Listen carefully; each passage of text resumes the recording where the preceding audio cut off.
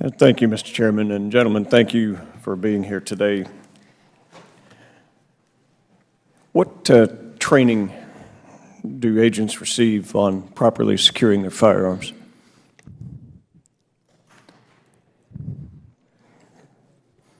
Whoever would like to go first. Mr. Kane? Our officers are issued firearms in very limited circumstances, but they also do use them during training. They're issued from our armories and returned to our armories. They are tracked in a system, as Mr. Horowitz indicated, that is effective in maintaining accurate inventories of firearms. We have not lost or had any stolen since 2005, the time of search or research suggested by or requested by the committee. But our training begins in basic training. We have annual training.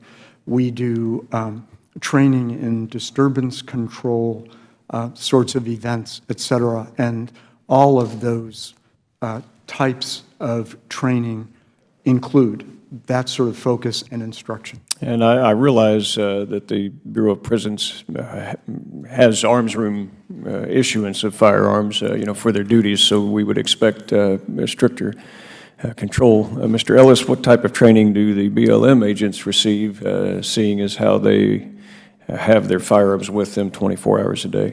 Yes, Congressman, our law enforcement officers, our rangers, uniformed officers, and our special agents, it all starts with their what's called, their basic training, FLETC, 16 weeks of training, Federal Law Enforcement Training Center.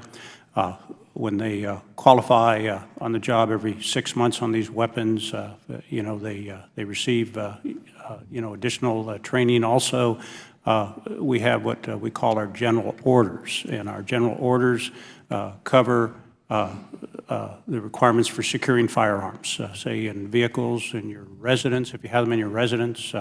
That's all covered in general orders, and, okay. They're all educated on these general orders. And Mr. Orner, in the various sub-agencies of DHS, I'm assuming that there's some type of requirements to maintain possession of your firearm? Absolutely, Congressman. Anybody who is issued a firearm in the Department of Homeland Security must first go through training. There is, of course, requalification training on a regular basis. The content of the training that officers are required to take varies depending on the mission of the component of which they're a part. So if you'd like, I can give you Well, I think it's important to notice that those. because it appears we have some training deficiencies with retention of firearms, with leaving firearms in a vehicle instead of on your person, or not having them as a part of your duties. Maybe they would be left unattended. That is a serious breach of any trained officer.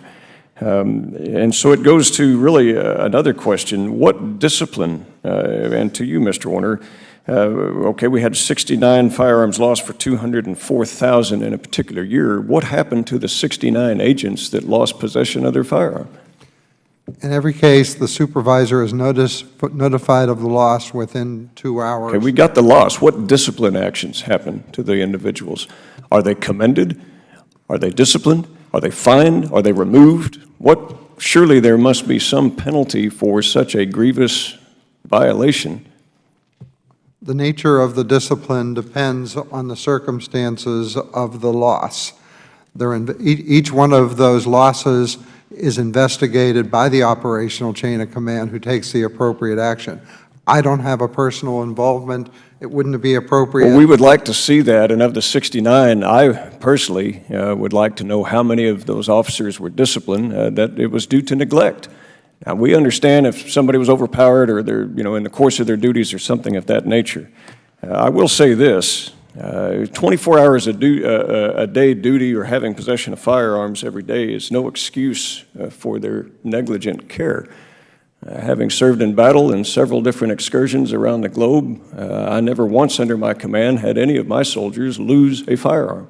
I had some destroyed by combat actions, never had a soldier lose a single one. And I would suggest that at the root cause of much of this with firearms loss is proper care, proper training, and it also has to be proper discipline.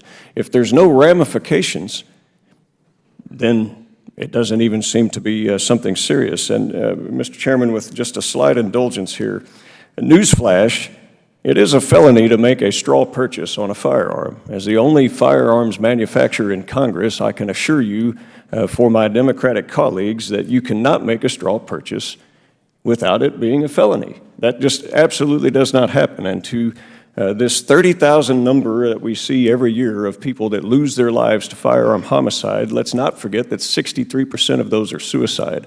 Let's have the debate, but let's use real facts, let's use real discussions, and let's quit hampering this hearing on things that need to be addressed in a separate way. And I would welcome and champion anyone you want to put up on that issue. And with that, Mr. Chairman, I yield back. Thank you. The gentleman's time has expired. The chair now recognizes the gentlewoman from